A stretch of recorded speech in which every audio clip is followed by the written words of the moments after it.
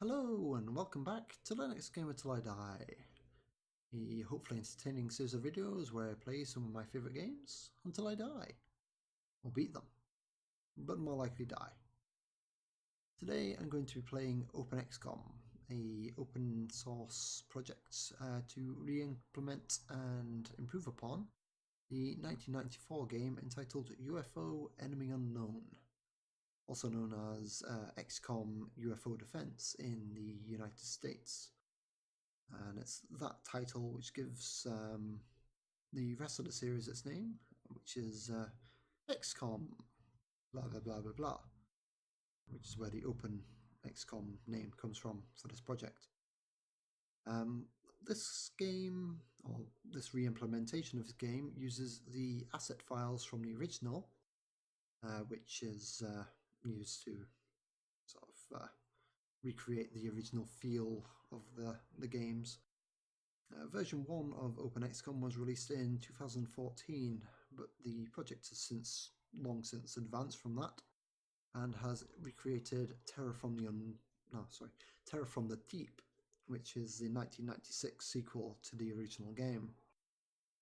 I'm going to try and capture the opening sequence, which uses, I'm not sure if it uses the original sounds or sort of originally created sounds.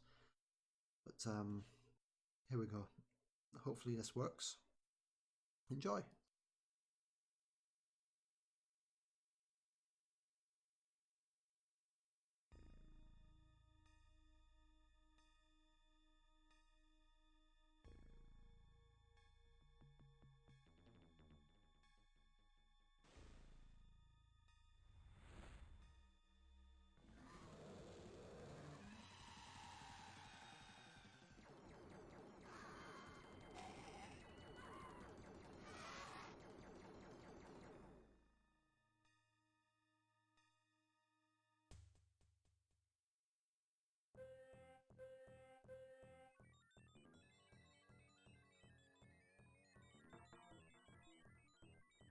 Warning.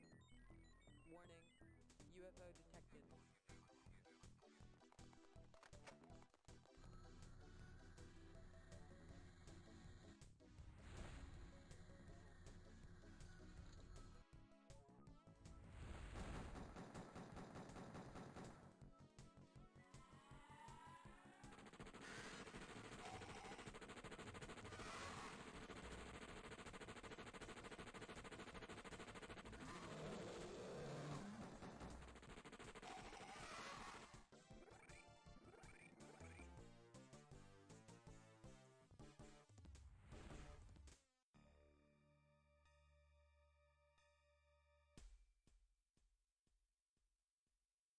So there you go, there's the opening sequence.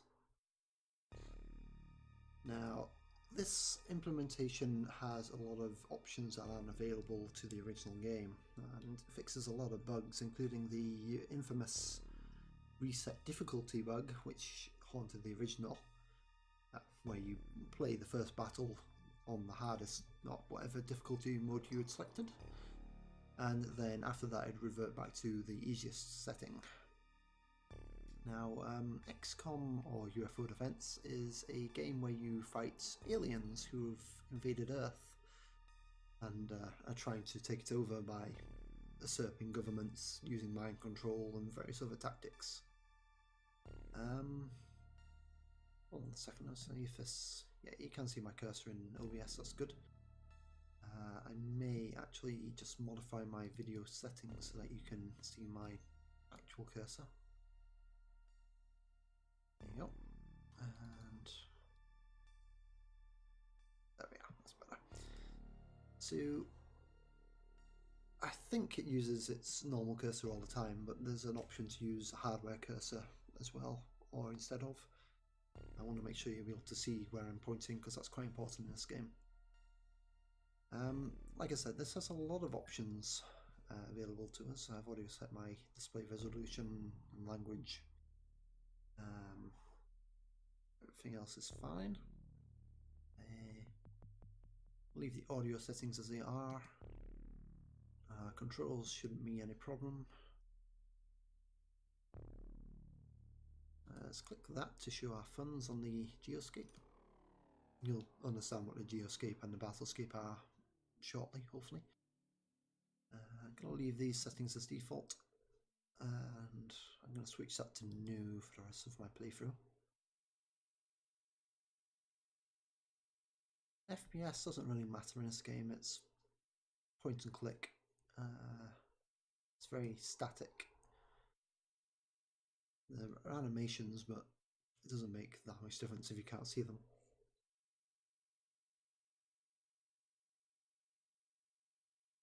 So we get to choose some options here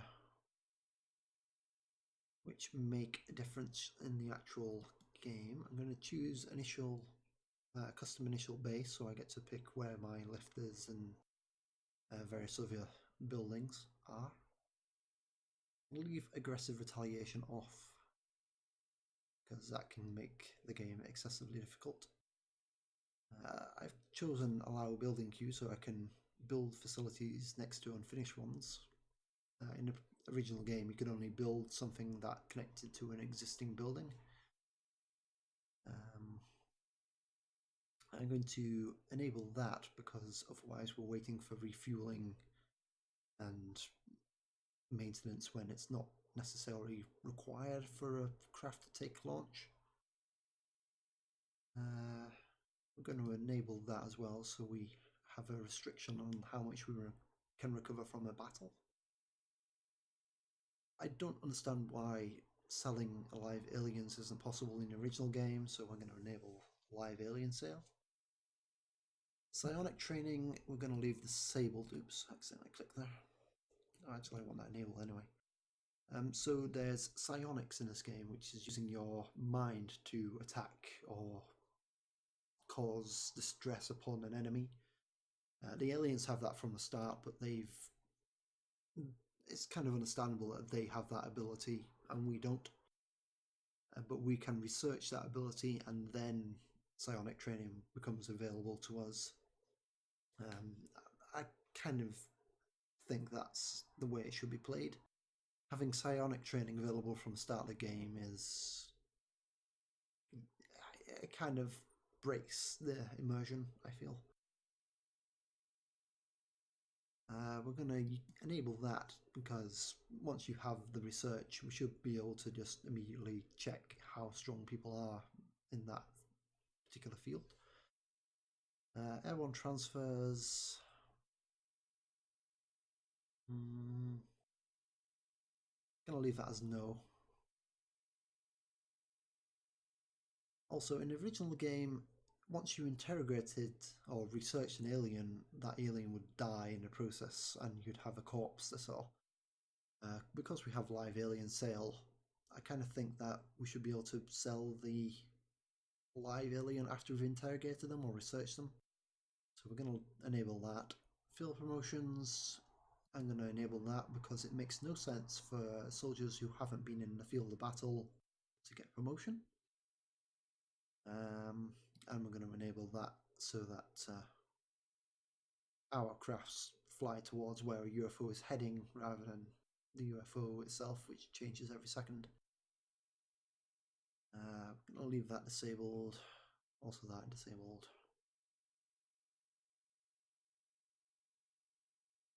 I'm going to leave that disabled. A lot of these things you can research yourself and find out what they do.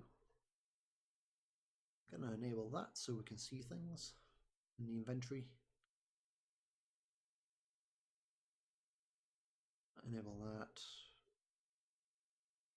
I'm going to enable that, and that might be controversial because normally when you throw something in the original game, it would remain there until the countdown expired.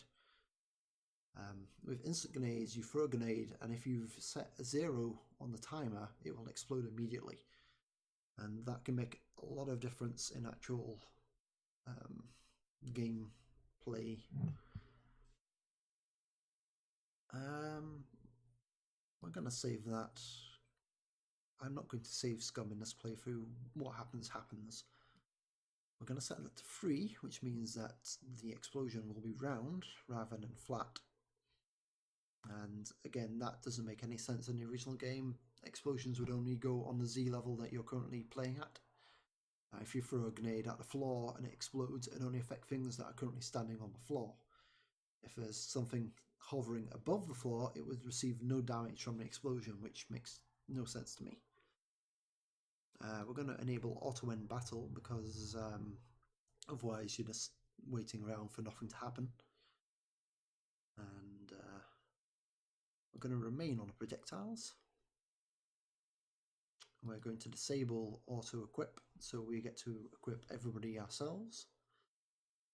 We're going to confirm fire because I accidentally click sometimes, and I don't want to accidentally fire into nothing.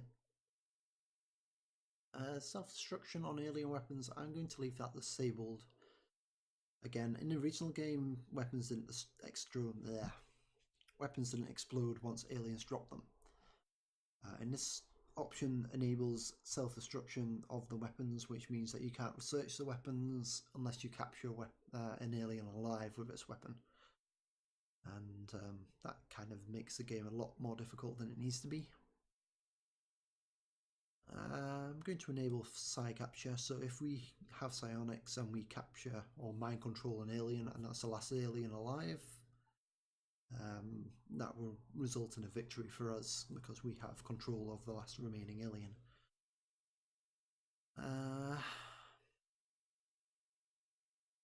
Psionic training of soldiers should be increased by experience and training, so I'm going to enable that. I don't really use that, so we're going to leave that disabled. That's enabled by default, but I don't really use it either. I'm going to leave that enabled because the next turn screen actually has some purpose.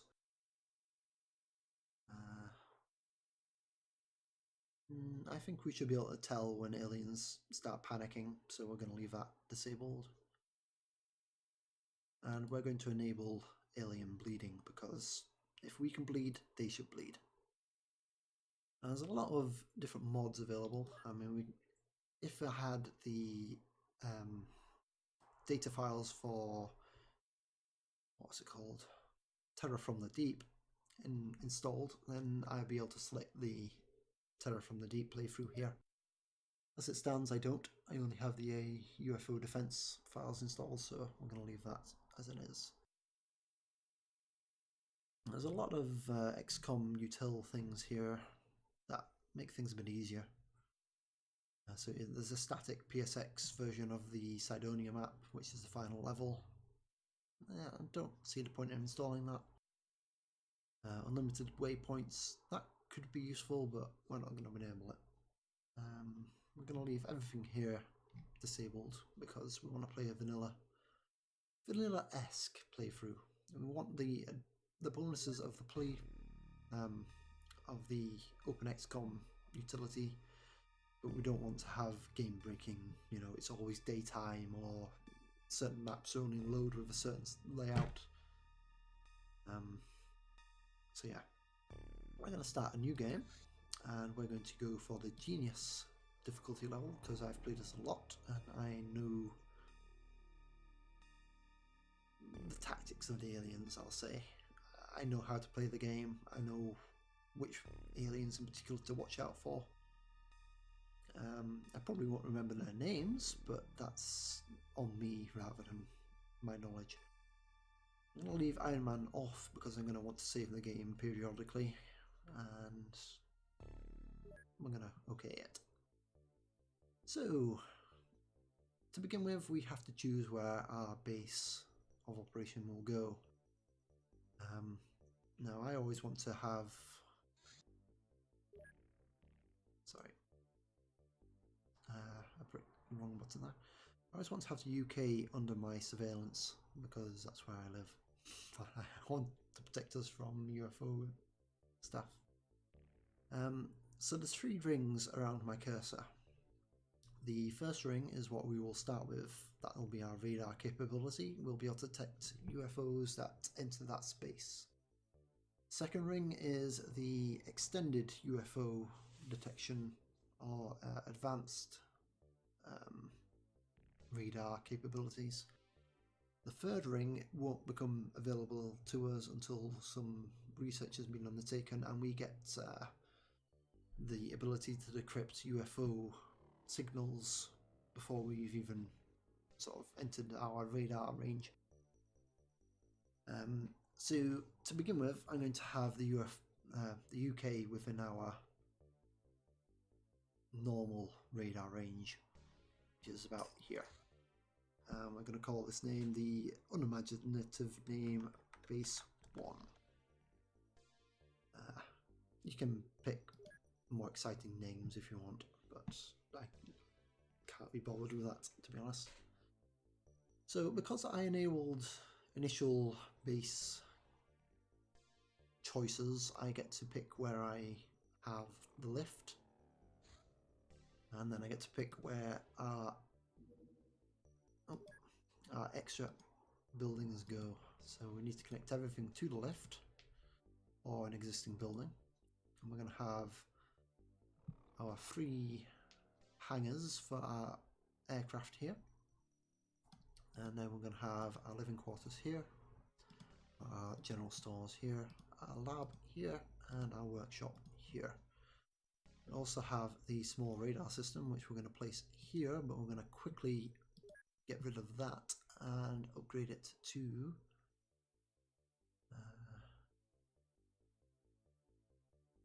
build facilities. I'm going to build a large radar system.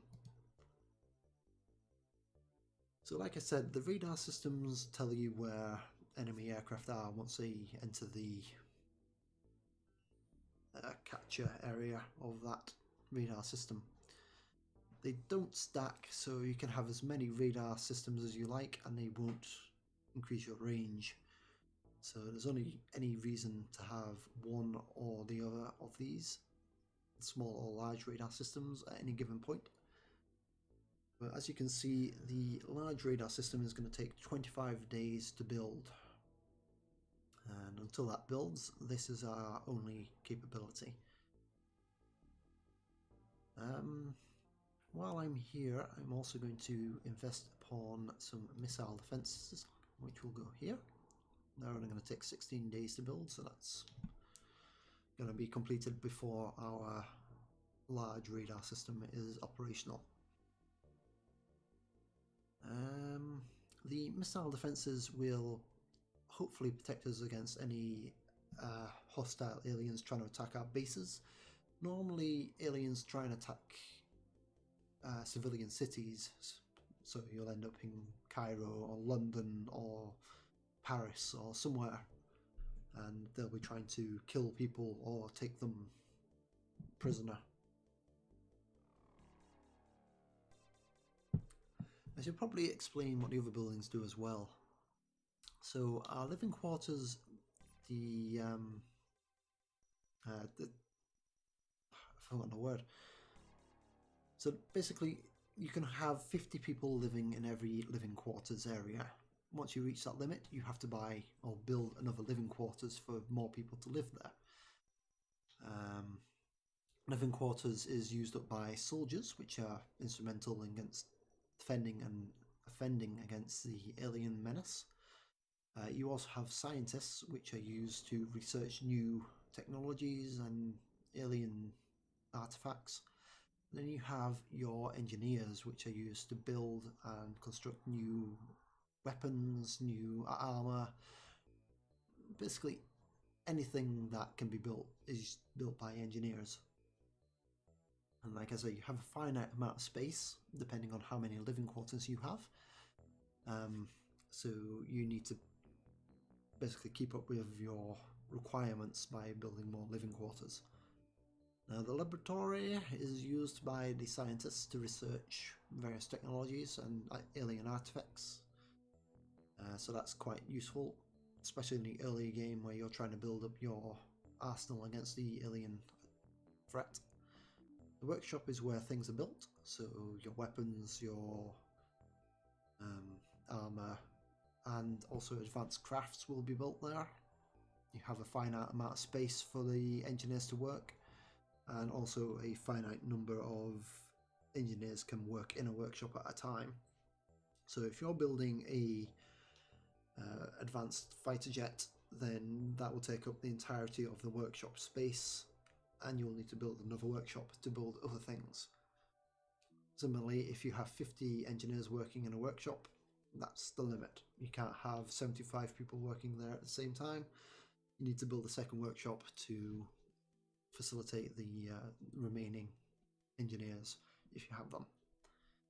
Small radar system and a large radar system I've already explained. Missile defences I've already explained. General stores. So you have a finite capacity of storage. You can have X amount of, I don't know, weapons like handguns, rifles, heavy weapons, and then you also need your ammo for those, and you need the ammo for your aircraft weapons like missiles and cannon rounds and stuff like that. You also need storage for alien carcasses which you've killed and brought back to your base, as well as live aliens. Well, actually, maybe live aliens don't take up capacity in your stores because you have a live alien containment for that. We're going to start constructing that now as well. And then, of course, you have your hangars, which is where your aircraft live. You can have one aircraft in each hangar. Makes sense. Now, the reason why I've chosen this base layout is because once you get attacked by an alien offensive ship, they will land in your hangar areas, and then your soldiers will begin in this area here, in the living quarters, the radar system, the storage area, etc, etc, etc. And the aliens will come through the access lift to the containment areas. By having this here and having the hangars separate to the living areas and the storage areas and etc, we basically create a choke point. We can wait here while the aliens come through, or we can go through and attack the aliens in here. It makes things a lot easier when you're defending your bases. So yeah, that's a crash course into how UFO bases work. Now, when we begin the game, we have a Sky Ranger, which is used to transport our crew, our soldiers, to battle areas. We have two interceptors, which are used to take down hostile UFOs.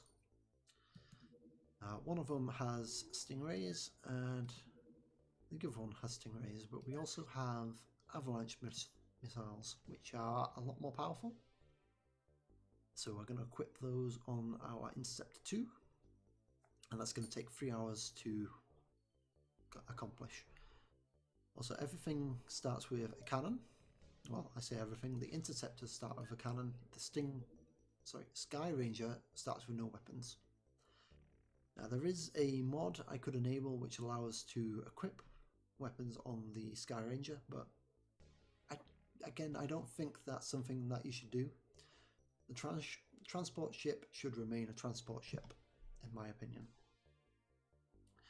So the Sky Ranger currently has 10 crew members equipped to it, and they're all rookies because they've never had any combat experience against the aliens. And they have a variety of equipment on the ship. So they've got some pistols, they've got some rifles, they've got a heavy cannon, and they've got some grenades. Now, my particular style of play is that I use smoke grenades to hide my crew's actions in the initial setup. I don't really use the rocket launcher in UFO attacks. In base defenses I do, because they're quite useful. Also, the autocannon and the heavy cannon are quite useful in the early game, but later become quite useless. I'm going to leave one heavy cannon equipped to the craft to begin with, along with the 2 rifles and 2 pistols. Hold on a minute, I need more than that. I have 10 crew. sorry, I'm looking at the wrong thing here. I have 3 pistols equipped to the craft. I have 5 clips for those. I like to have 1 spare clip for every person who has a pistol. Same again for rifle. We have 6 rifles, 12 clips. We have 1 heavy cannon with 4 ammo. I'm gonna get rid of 2 of those. Maybe we'll leave some HP, sorry, AP, anti-personnel, and high explosive. That's what that stands for. So we have 8 soldiers on board. Wait, did I count that wrong? 1, 2, 3, 4, 5, 6, 7, 8. Yeah, okay. We have 8 soldiers to begin with. We have 3 pistols, 6 rifles. Yeah, we're going to put that down to 2 pistols, 6 rifles. That's 8 used already. And we're going to have a heavy cannon in reserve. We're also going to have 8 grenades on board and 2 smoke grenades on board. We don't begin with any armor. We can't equip anything. This is a very flaky introduction to this game, I'm sorry. One of the important things to start right at the beginning of the game is research. So here we can research medikits, motion scanners, or laser weapons. Now to begin with, laser weapons is definitely the way to go. And we start with 10 scientists. Oops, wrong button. And we're going to have all 10 of those researching laser weapons. We can recruit more scientists by using the recruit option in the menu. We're going to leave engineers at a... Oh, we're already at the limit, so we're going to leave those at 10 for now. We're going to recruit 20 more scientists so we can research laser weapons and other stuff quicker. And we're also going to build a new living quarters facility to house more scientists and engineers, and also some more soldiers. Starting off with 8 is not great. We need people to take up the slack of people who die, and also to defend the base while we're off exploring missions. So we're about halfway through the game here, and we've half an hour through the episode here, and we've not actually started doing anything really. So this is the Geoscape. There we go.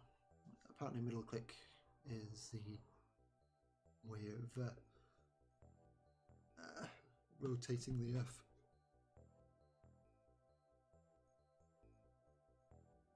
So currently we're waiting for aliens to enter this area. If they enter any other area, say South America, North America, the Antarctic, Russia, you know, anywhere else, we're not going to find them. This is current time, so we're currently on the 1st of January 1999, and it is about 1 o'clock in the afternoon. We can speed up time by clicking these options. We can switch to minutes, 5 minutes, 30 minutes. Oh, and we've got our first UFO encounter. So there's a very small UFO, very low to the ground, heading southeast at a speed of 1,034, whatever that is. I'm guessing miles per hour, maybe knots, maybe kilometers, I don't know. So I'm going to click intercept. We're going to send out our interceptor 1, and then it's going to switch to 5 seconds, and we're going to watch the progress. So this yellow arrow here is our aircraft, and it's currently tracking this UFO, which is a red arrow, and this small circle around our craft is its radar capabilities. So while the UFO remains in this area, our our aircraft can track it. And while it remains in this area, our base can track it. Once this UFO exits our base area and aircraft area, it will disappear from our scans. As it turns out, I zoom in here, we're catching up to the aircraft. Oh, and we've managed to catch it. So here we have options, and I'm going to go for aggressive attack. It outran us. So increase its speed to get away from our aircraft. Once we catch up to it again, if we catch up to it again, we'll get the battle sequence again. Now, as it turns out, it's going to exit the landmass. If we shoot down an aircraft while it's above land, we'll be able to explore the crash landing area. If it crash lands over water, we'll lose that UFO forever.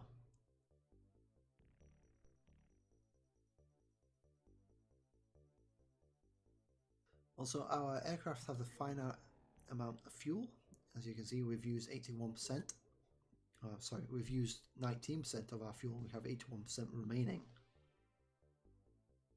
That fuel is also used in the calculation of returning to base. So once that fuel reaches a certain point, we'll only have enough fuel to get back to base, and the aircraft will break off its pursuit and will return to base to refuel. In the original game, once the aircraft's fuel came to 50%, it would immediately return to base, even if it had enough fuel to continue pursuing the alien aircraft,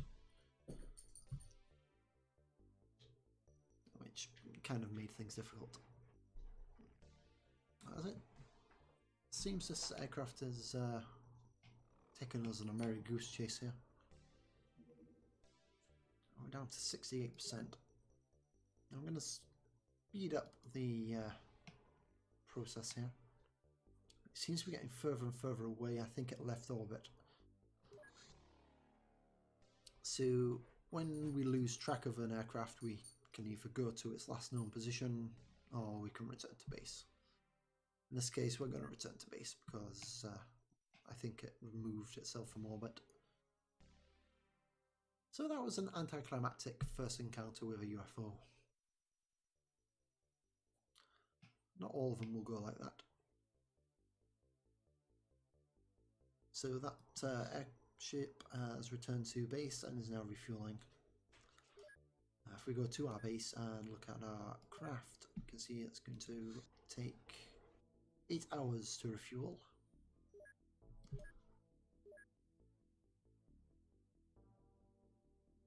I'm going to increase our speed by 30 minutes.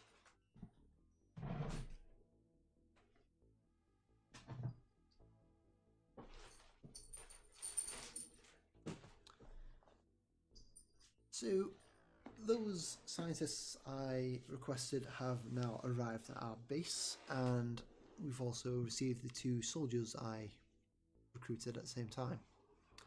So I'm going to click go to base, and we're going to immediately allocate those scientists to laser weapon research, which brings our progress up to excellent. So hopefully it won't take too much longer to research laser weapons. We also received 2 more soldiers, and I'm going to equip those to our Sky Ranger. And when I do that, I'm going to increase the number of rifles we take on missions to 7. So we've got 9 handheld weapons and then a heavy cannon as well. I'm also going to increase our rifle clips by 2 to bring us up to 14.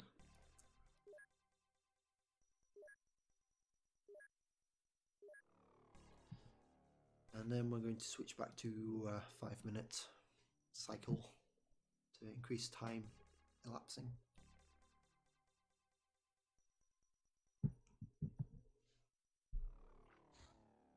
And we've finished researching laser weapons, which means we can now research laser pistol, which we're going to do. If I right click, it allocates all my scientists, so I'm going to do that. That's one of the improvements made by the OpenXcom team, I believe. I don't think the original had that capability. I originally played this game on the Amiga. It's had a lot of presence in my childhood. I never really understood what I was doing when I was younger, but I really enjoyed playing the game. I never actually beaten the game as it stands. I've got to Cydonia a couple of times, but then I've died. I don't really want to spoil that right now. Basically, I'm going to keep playing this game until I die. And basically, my bases get destroyed or all my soldiers die. We've got another UFO, but this one's currently landed and is also small. So it's not a very small craft, which is kind of a single alien piloted craft. So a small craft will have 5 or 6 crew members on board. Since it's landed, I'm going to intercept it with my Sky Ranger, which I just equipped with my 2 new soldiers. And it looks like it's where is that? Is that for Basel or base 1?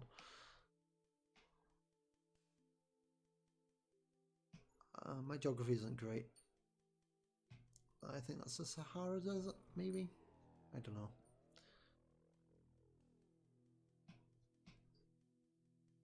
There's France, there's Germany, there's Italy, there's Spain.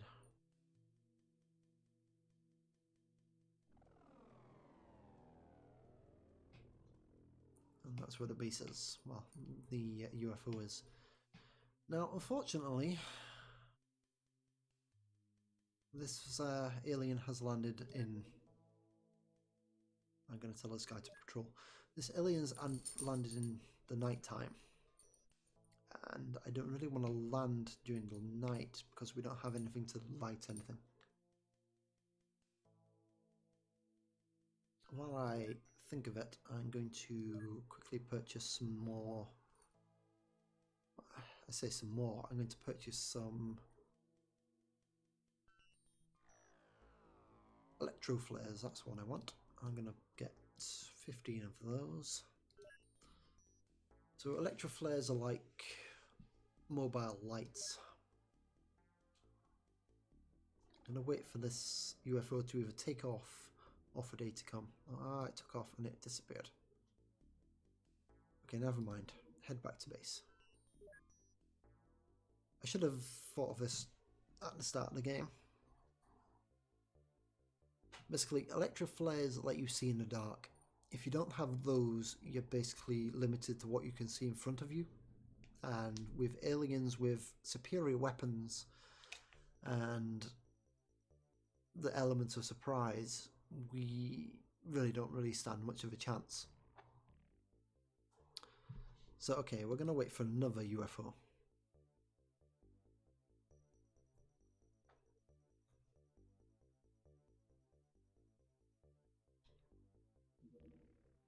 Okay, those electrophares have arrived, so we're going to equip the craft of them. I'm going to equip 10. Everybody's going to get one. Now, 7 days have passed, and we currently have 10 more days for the living quarters, 12 more days for the alien containment, 10 days for the missile defences, and 19 days for the large radar system. I'm going to switch this to an hour. Okay, days of flying past now, but we've currently researched laser pistols. Laser pistols are an effective implementation of new technology. It has the convenience of a pistol with faster and more accurate firing. It also has unlimited ammo, which is great. And we can now research laser rifles. which we're going to do. But we can also produce laser pistols, which we're going to do. We're going to... wait. Okay, there we go. I'm going to allocate 10 engineers for this, and we're going to produce 8 laser pistols. And that's going to take 10 days, 0 hours to complete.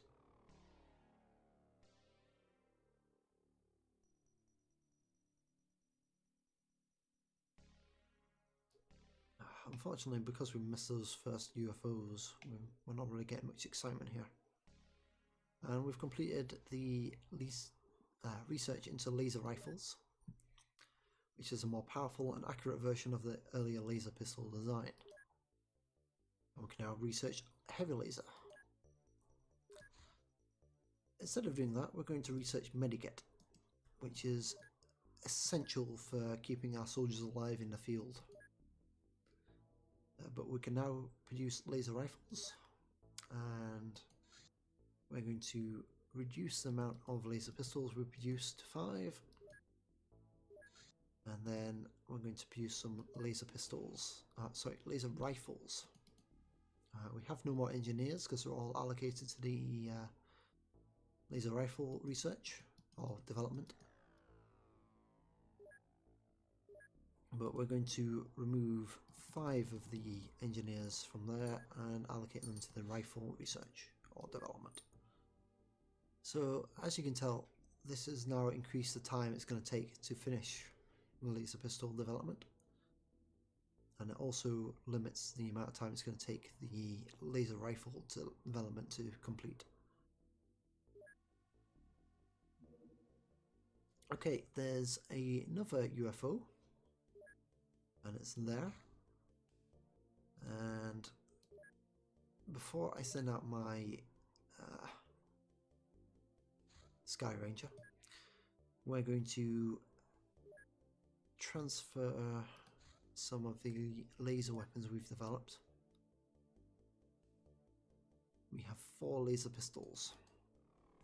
No laser rifles have been developed yet, but we can remove our 2 regular pistols as well as all the clips, and 2 regular rifles.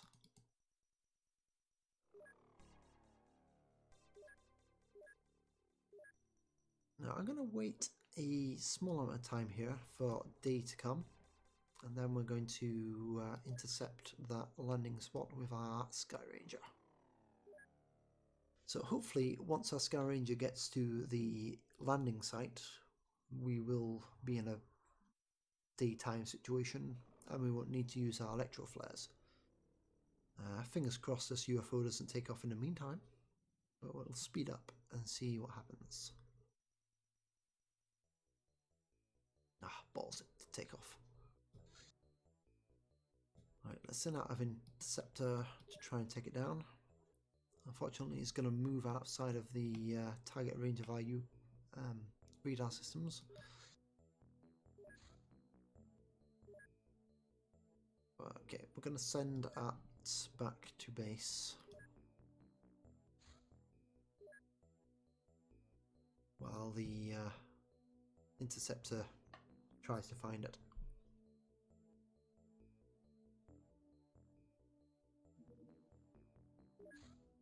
Okay, so it's not there, but we'll try searching over here, see if we can find where it's gone. Okay, we didn't find anything in that search, so we're going to return to base. Okay, so that's the 3rd UFO we've encountered and had no luck in finding. So our laser pistols are finished, so we're going to allocate the rest of our engineers to the laser rifle project, which is now only going to take 16 days and 10 hours to complete. Now, we've got 1 more day to wait for our living quarters, and then we can recruit some more scientists, engineers and soldiers. 3 days until the alien containment. It's not important because we don't have any aliens to contain yet.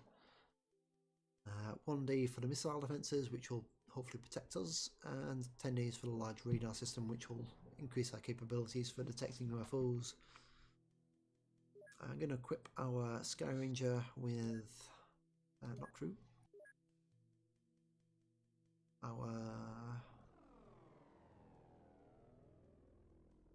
Okay, no, I'm not. I thought we might have a laser rifle developed by now, but we don't. So back to the Geoscape we go.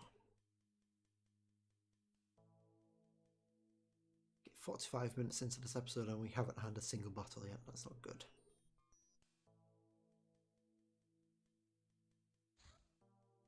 There we go. Missile defences are now built.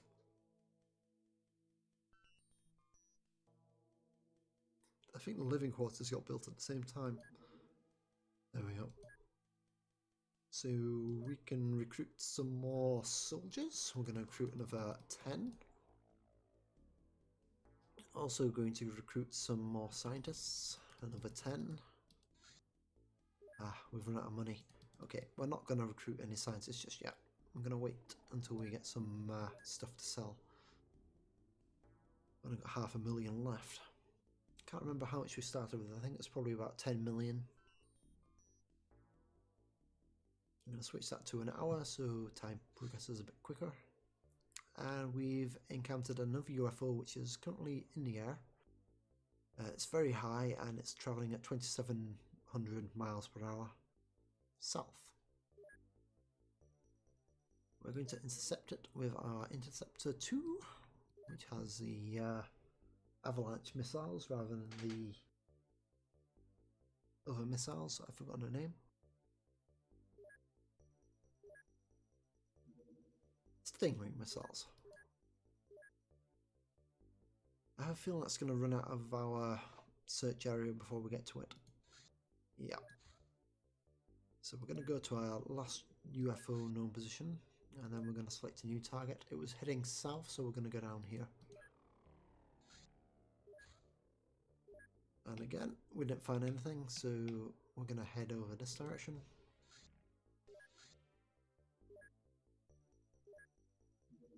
Yeah, okay. That craft has disappeared from our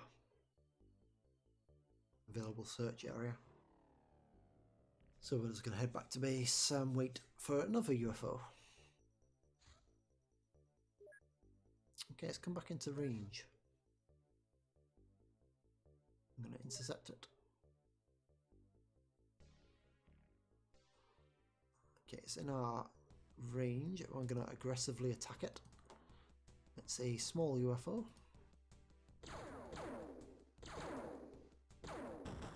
Okay, we hit it. And it's crash landed.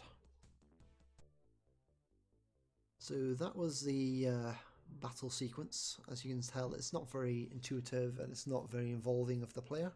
You basically pick a attack pattern and hope for the best. We went for an aggressive attack pattern and we mited down the UFO which crashed here. We're going to send out... Oh, hold on. We're going to... Oh, we've got ages to wait until daytime, so we're just going to send out our Sky Ranger with the electro flares and I hope for the best. Now, because we've downed the plane, or the UFO rather, we don't know what state it will be in when we get to it. It may be completely destroyed, there'll be nothing left that we can salvage except for a couple of alloys. Or it could be in a state where it's completely operational, but the aliens haven't repaired it enough to take off yet. It could also be the case that all the aliens on board have died, except for a single soul of survivor. Or it could be the case where all the aliens are alive and they're very pissed off of us.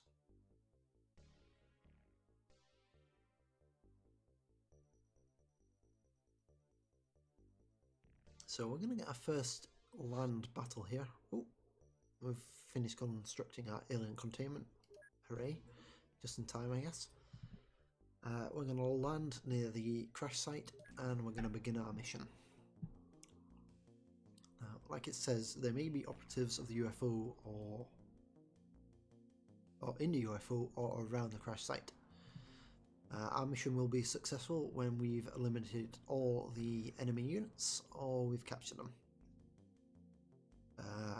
If we recover the UFO artifacts and alien corpses, we can then sell them or research them as we need to.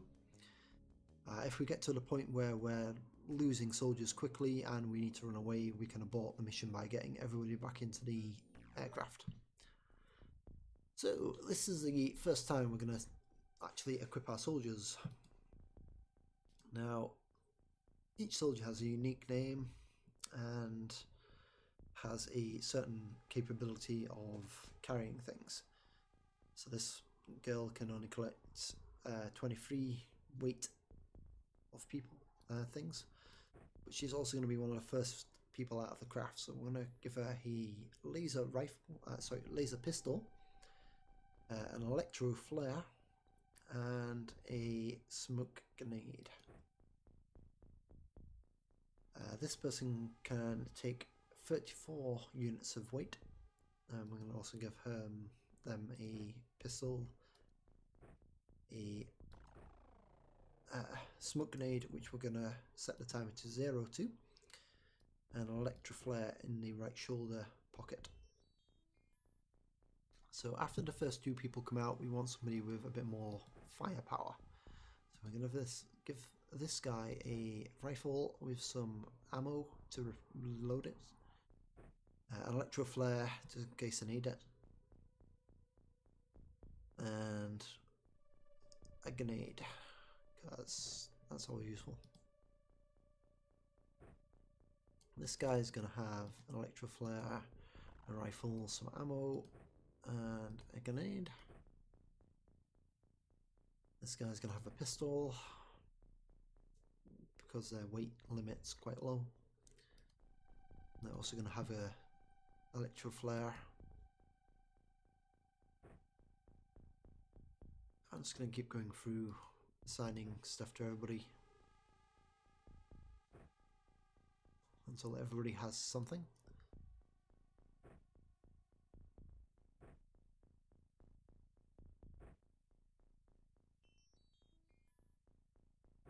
So I'm going to quickly check who's left. So this guy has 32 carry limit. So we're going to have him that, which takes up 24. And that's 32.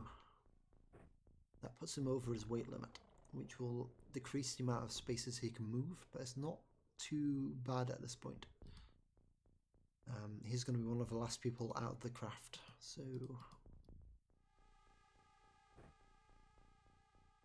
why don't you have 2 more rifle clips?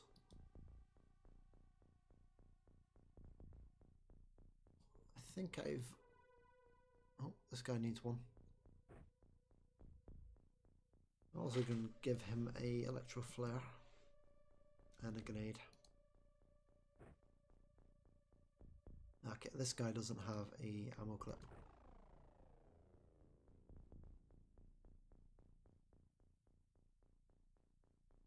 This guy needs a grenade. This guy needs a grenade. This guy needs a grenade. This guy needs an electro flare. And we've got one last electro flare which would go to this guy, but he's got his heavy weapon, so we're going to leave that as it is. Right, so first thing I'm going to do, controls are difficult when you don't have mouse locking.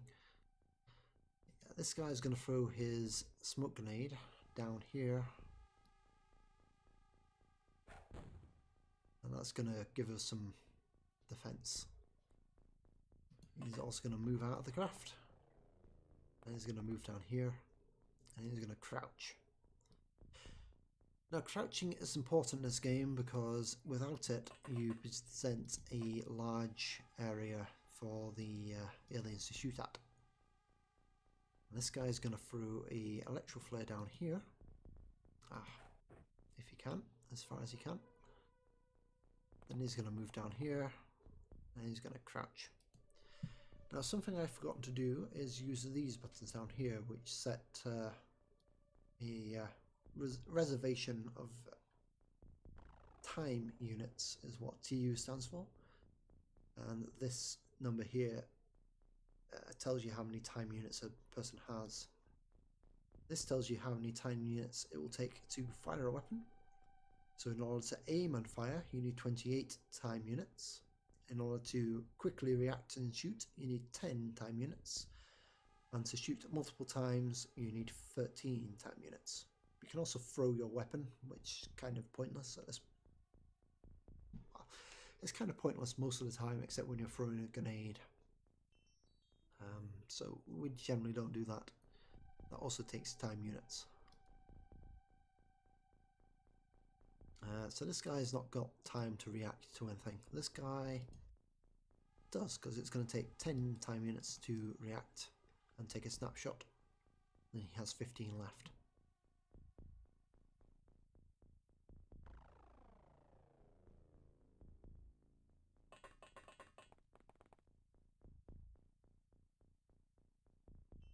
By right clicking, I can choose where somebody looks, which is quite useful.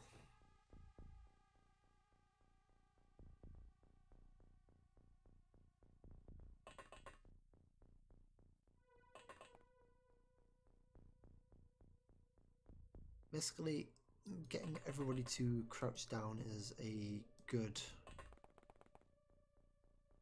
choice to make, because it reduces the amount of target that the aliens have to shoot at.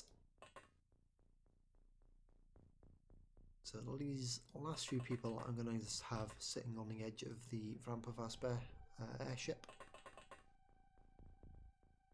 Everybody else is going to stand behind them, waiting to vacate the airship. This button here, by the way, tells people that I don't want to move them any further, so they drop out of the unit selection. This tells me that I want to switch to a new unit, but leave the old unit available for selection later. I mean, I can manually select people like this, but I don't want to move them from where they are. So I ended my turn and I switched to the aliens, and they got to move. Oops, wrong button. So we still don't know where the airship is. There's a building over here. There's some hay bales over here.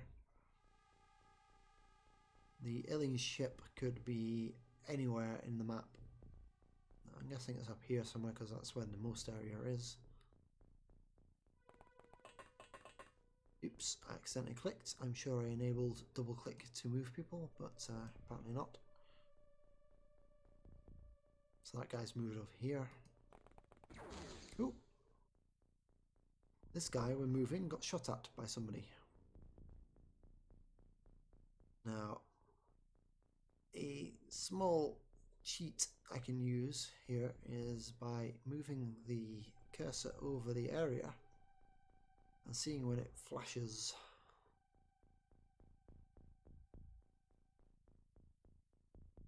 I think it might be up a level. Okay, that didn't help.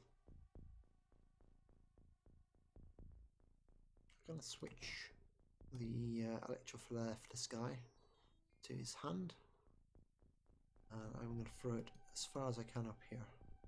Apparently I don't have enough time units for that.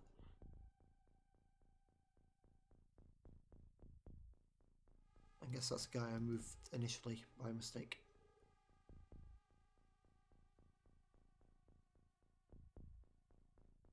Apparently that's out of range.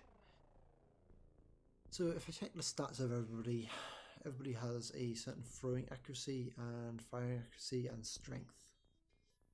Depending on those, they can throw things far, they can't throw things very far enough, they can throw things accurately or they can't, or they can fire accurately or they can't. Reactions is also useful for when you have time units reserved for a snapshot and an alien moves into view. If a person's reactions is good enough, they'll have the chance to fire at that alien. If they're not, then they won't.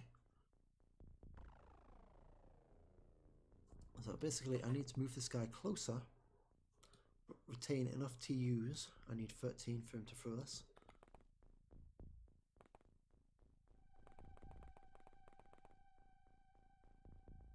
And then I can try and throw it again. Okay, there's nobody there.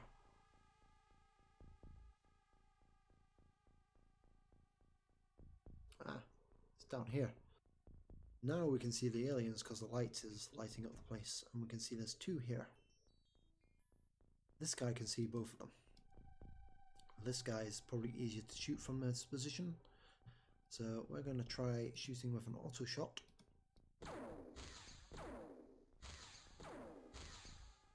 Unfortunately, auto shots aren't very accurate, but they're more of them than not. That guy's out of TUs.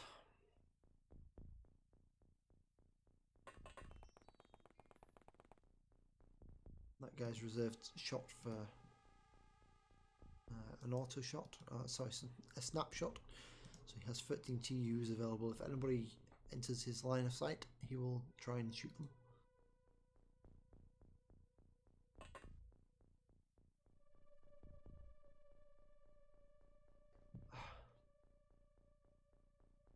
Hold on a second.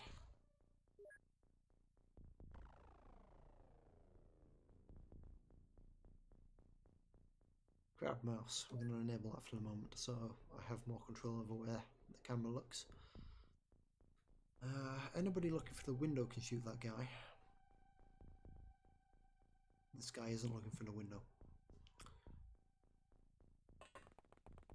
He's going to come down here and hopefully have the chance of shooting at people.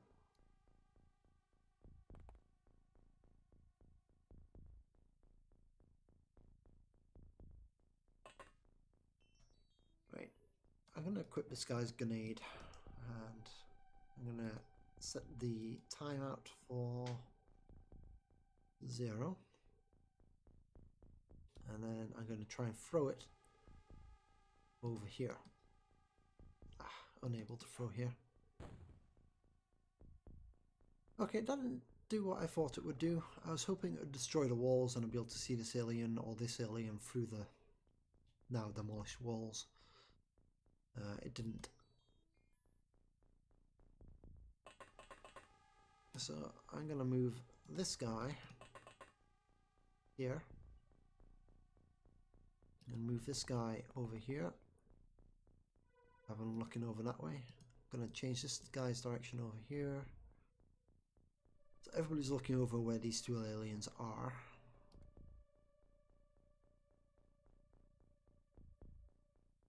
That guy can't do anything else. That guy's waiting for a snapshot.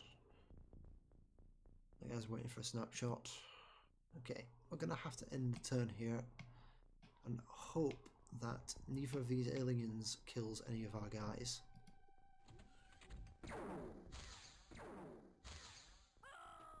And they killed that guy. Fortunately, that means that now we can shoot this guy. Shoot at this guy. Oh, I've knocked that one unconscious. I can tell because it make a dying sound. So aliens make a sound if they die, and no sound if they get knocked unconscious.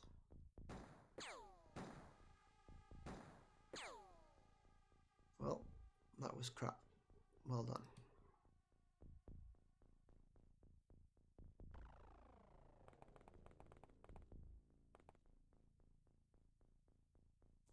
This guy's got a heavy weapon and he's got 28 TUs left, but he doesn't have enough TUs for an aim shot, which would take 46, so we're going to have to go with a snapshot. Now that's the sound an alien makes when it dies. So we've managed to kill an alien, we've incapacitated a second alien, but we've also lost one of our soldiers in the process. Now we need to try and find where the rest of these aliens are hiding.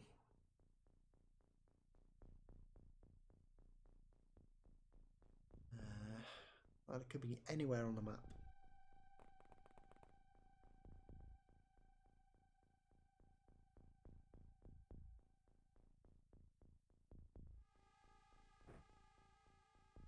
I'm going to have to throw a few more electro flares to try and find people.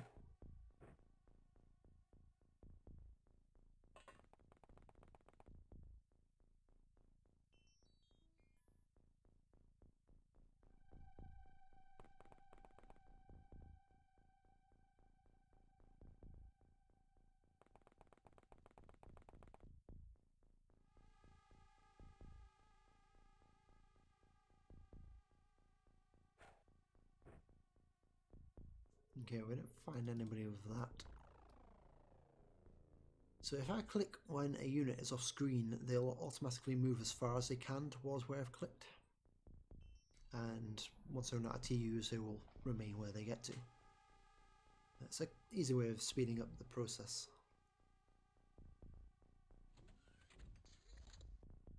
Okay, so no aliens reveal themselves in that alien round.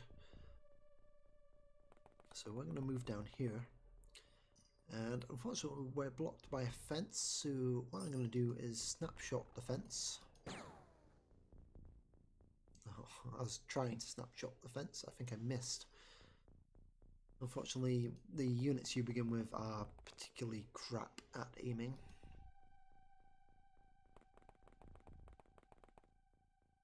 Basically, you can destroy things in the environment in order to progress further.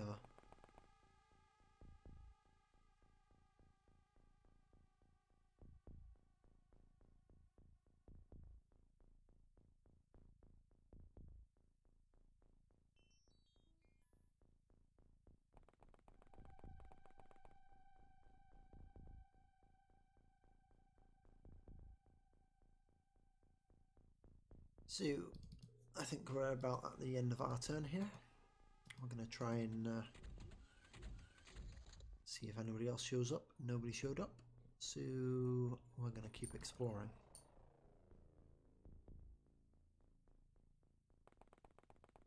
Now, laser weapons are a lot better at destroying terrain than regular weapons are. Oops, I didn't mean to auto shot there.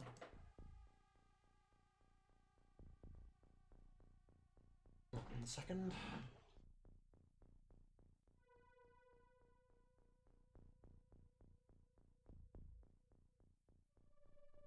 Cats are making noise again. Okay, so we're about an hour and 10 minutes into this episode. Hopefully I can finish this battle in a short amount of time. Not auto shot, snapshot. There we go. So that fence got destroyed and I can move through it. Ah, there's the alien UFO. And we can apparently see an alien. We're going to take an auto shot at that. And we kill it. Unfortunately, the game did not end there, so there must be at least one more alien to kill. Or it incapacitated. Damn it, I got hiccups. Move this guy here and tell him to crouch.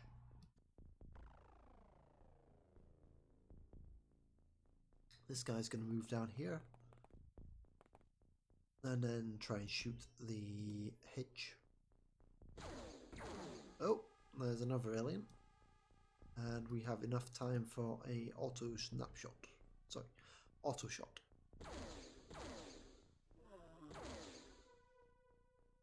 We killed that alien too.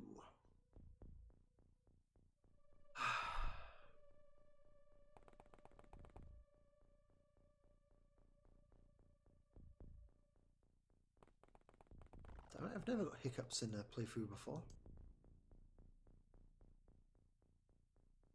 I'm going to move this guy back around here, just in case. And that's the end of our round. Again, nobody exposed themselves to us, so we didn't get any reactive shots. Now, the thing about throwing things is we can then pick them back up again. And I'm going to throw this back over here. This guy's going to move around the corner. And this guy's going to move around the other way. Except he ran out of movement points, so he couldn't. This guy's going to move into this building.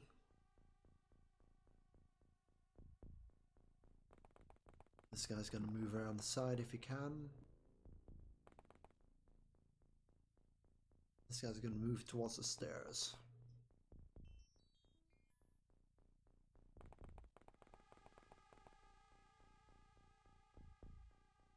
This guy's going to move to the stairs in this building.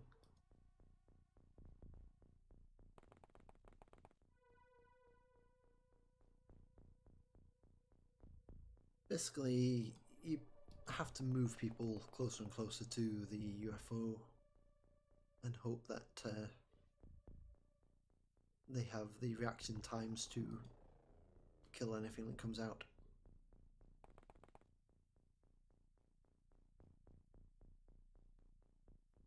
Right, where's this guy? He's gonna come down here. He doesn't have enough movement points to take a snapshot and look around. So we're gonna look around manually. God damn it.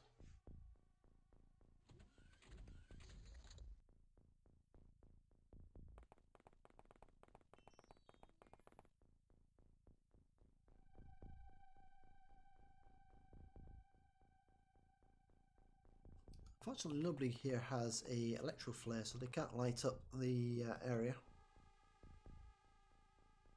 This guy's going to move into the UFO. And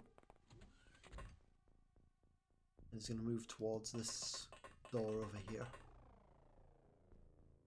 Ah, balls, I forgot to re-enable the snapshot. So that guy is likely to die.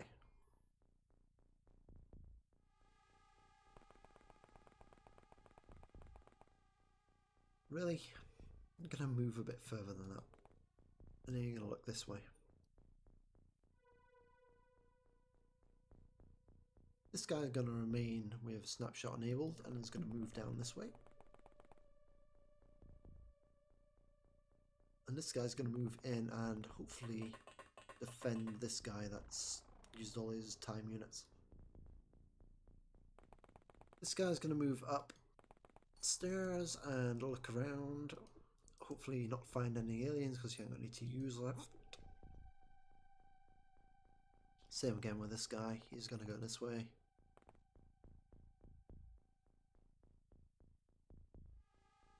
This guy's going to move around the other side of the building. Oh God, I hope these hiccups aren't too annoying. And again, nobody showed up in our waiting phase. So this guy's going to move through this way.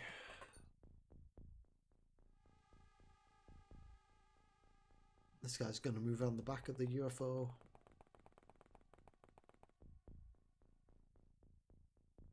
Apparently he doesn't have enough time to look around, so we're going to do that manually.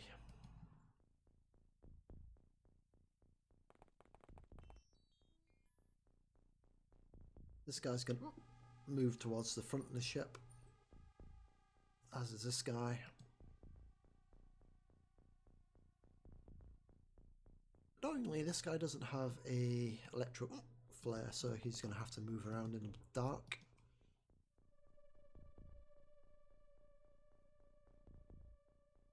This guy's going to change his direction and go over this way. Oh, he's found an alien, so we're going to auto shot it. Apparently he doesn't have line of fire. Try now. And he killed an alien. Again, there's apparently another alien to find.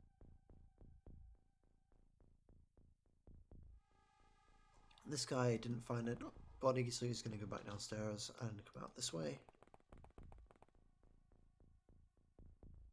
This guy's going to finish looking upstairs, and apparently there's nobody, so he's going to go back downstairs.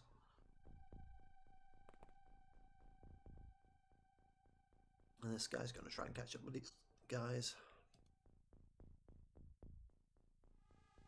And again, in turn, see if anybody shows up. Nobody showed up. Ah, somebody showed up, but they didn't have a movement or waiting phase.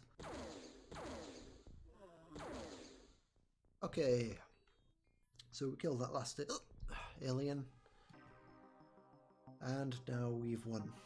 We've killed 6 aliens and recovered 6 corpses. One of our operatives died and we recovered 13 artifacts.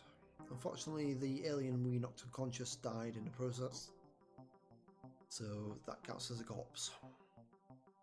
In the UFO, we recovered a power source, a navigation, and some alloys, and Illyrium, which is a alien element which we can't find on Earth. We need to research it though. And now my choices at the beginning of the game come to bite me in the ass. So we have a finite capacity storage space, and we have exceeded it with the things we've recovered from this mission. So we need to sell some things. And we're going to sell the excess cannons. We're going to retain the rounds. We're going to sell 3 of the pistols and only retain 4 of the clips for them. We still need to sell 0.5 of a unit. We're going to sell 2 of the rifles and 1 of the clips, and that will bring us to the limit of our space, but that's all we need to match. So in that fight, 3 of our units got promotions. We have 3 new sergeants. We have Abiomi, Asao, and Ladisav, who are now all sergeants. God damn, this hiccups. Fortunately, Irangi died in the mission. There's nothing we can do about that. They didn't really stand any chance once we encountered the aliens. So, aircraft has now arrived at base, and we can switch our research. I'm going to remove 10 scientists from this project and allocate them to researching some of the items we received. Particularly, I'm going to start researching Illyrium, something that we don't have on Earth. Now, that's an unknown process. Known progress, which means it could take any amount of time.